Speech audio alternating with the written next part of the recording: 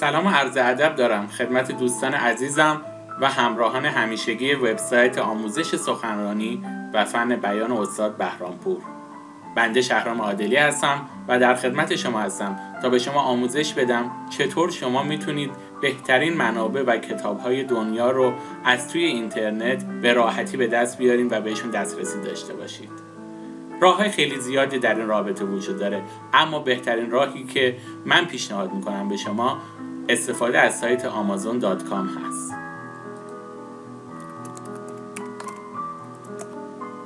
به سایت amazon.com وارد میشیم. در قسمت سمت چپ منوی رو مشاهده میکنیم که شامل زیرمنوهای مختلفی هست. به این دلیل که ما داریم دنبال کتاب‌های برتر دنیا میگردیم، در این زیرمنو گزینه بوکس رو انتخاب میکنیم و پس از اون دکمه سرچ رو کلیک میکنیم. و چون ما دنبال 100 کتاب برتر دنیا هستیم، برتر و پرفروش دنیا هستیم، در این قسمت بست سلرز رو کلیک میکنیم. بست سلرز یعنی پرفروش ترین ها.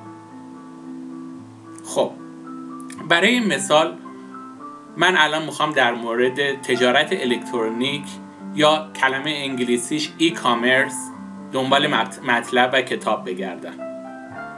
یادتون باشه این سایت به زبان انگلیسی هست و شما در رابطه با هر مطلبی که میخواین جستجو کنید باید معادل انگلیسی اون کلمه یا اون رشته یا اون موضوع رو بدونید.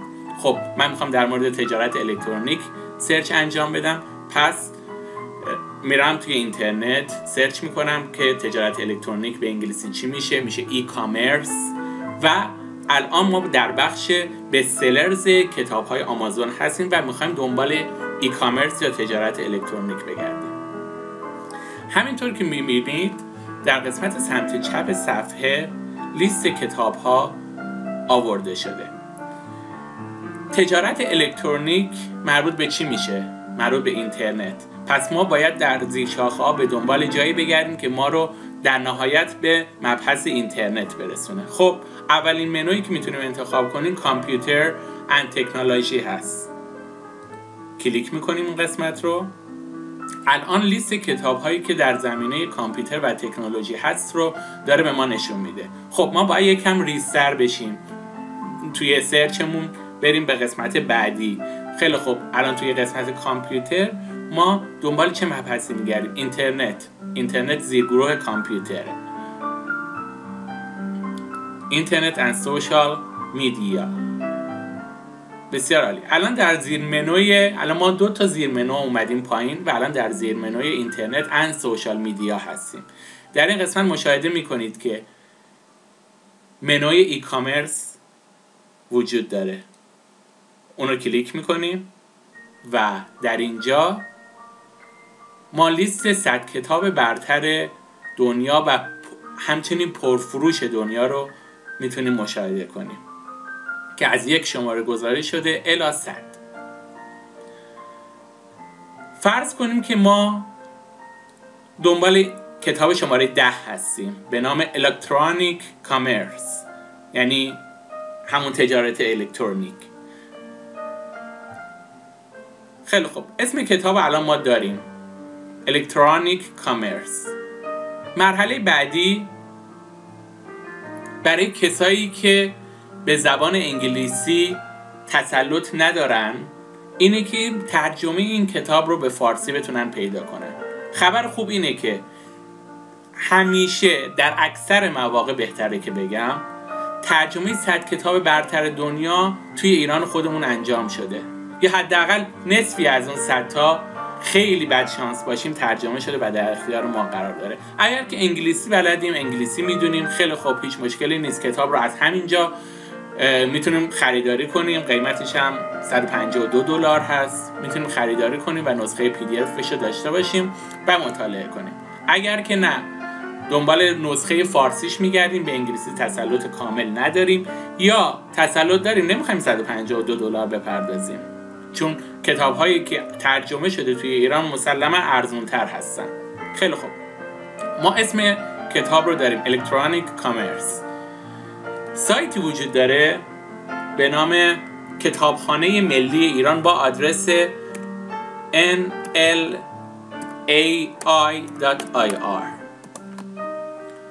این سایت کتابخانه ملی ایران هست. اسم کتاب ما چی بود؟ Electronic Commerce. این اسم رو در این قسمت جستجو میکنیم. Electronic Commerce.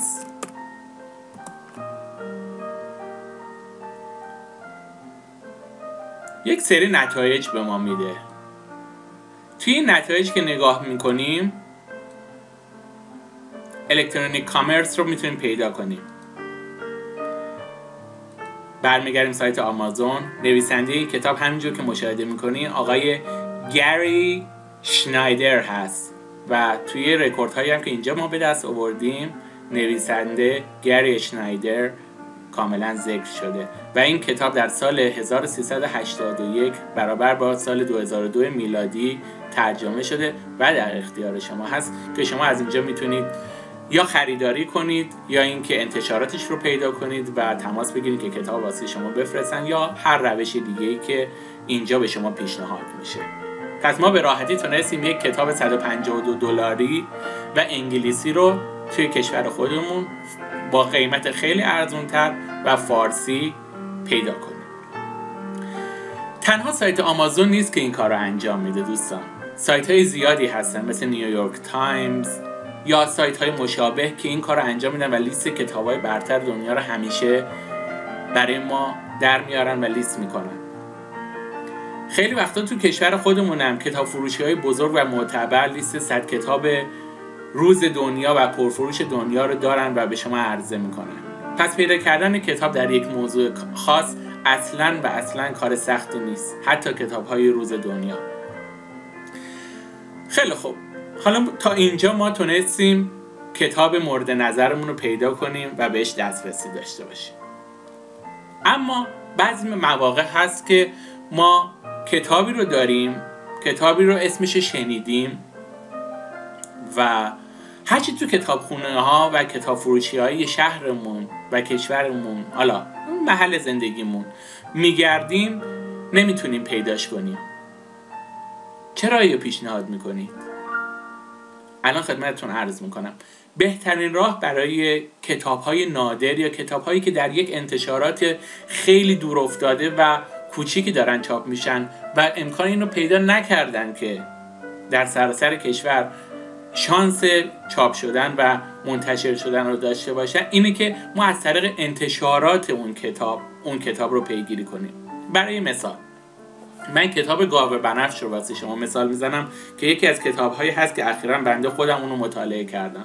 البته این کتاب جزء کتاب‌های بسیار پرفروش ایران خودمون و حتی دنیا هست و من اینو دارم به عنوان مثال خدمتتون عرض میکنم که صفحه اول کتاب رو باز میکنم. اینجا مشاهده میکنیم که این کتاب توسط انتشارات تهران فرا در سال 1387 چاپ شده. خیلی خوب، من اسم این کتاب رو شنیدم، دوستم این کتاب رو داشته، اسم انتشارات این کتاب رو در میارم از توی صفحه اول کتاب و حالا میام توی اینترنت دوباره به گوگل مراجعه میکنم و انتشارات مورد نظرم رو سرچ میکنم. انتشارات تهران فرا. گزینه دوم انتشاراتی رو داره به من نشون میده. کلیکش میکنم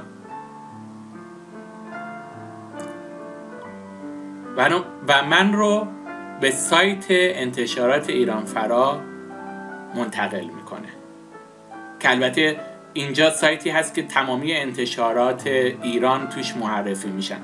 کاری به این موضوع نداریم. ما رسیدیم به جایی که انتشارات فرا رو داریم، نام مدیرش رو داریم، شهر محل سکونت ناشر رو داریم و حتی تلفن دفتر نشر این کتاب هم وجود داره. خیلی راحت میتونیم از طریق اطلاعات با ناشر مورد نظر تماس بگیریم و ازش خواهش کنیم که کتاب رو به هر نحوی که هست برای ما ارسال کنه، حالا یا از طریق پست یا از طریق فرستادن نسخه الکترونیک یا حالا روش‌های مختلف دیگه.